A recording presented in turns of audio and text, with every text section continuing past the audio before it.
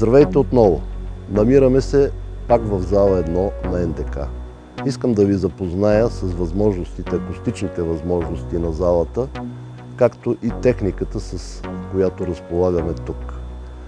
Залата е акустично обработена още при построяването си с звукови изолационни пана, която я прави неповторима за цяла България.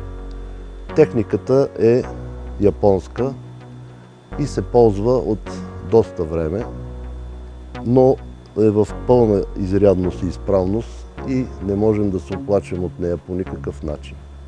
Това е пулта, смесителния пулт, който е Yamaha с много големи възможности. Един от най-добрите в страната. Той разполага с няколко възможни системи. Едната е централното озвучаване, другите възможности са за подаване на допълнителни много изходи.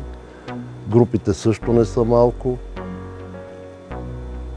и се използва за цели като филмиране на концерти, озвучаване. Това става всичко едновременно. Сигналът, който подава пулта, е към централното озвучаване на сцената. Всички говорители, които има, са висящи.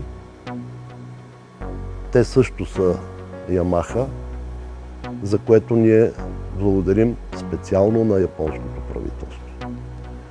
Мониторната система е доста мощна, тъй като обема на сцената е много голям, около 900 квадрата. Затова и мощността трябва да е много сериозна.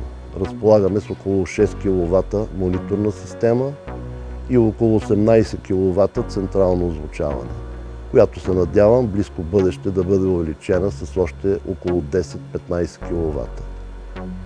Другото интересно нещо в тази система е, че тя обслужва и втората озвучителна система, така наречената Dolby Surround система, която е 6-канална и е разположена така, че да има възможност зрителят, независимо къде се намира в залата, да чува горе-долу едно и също.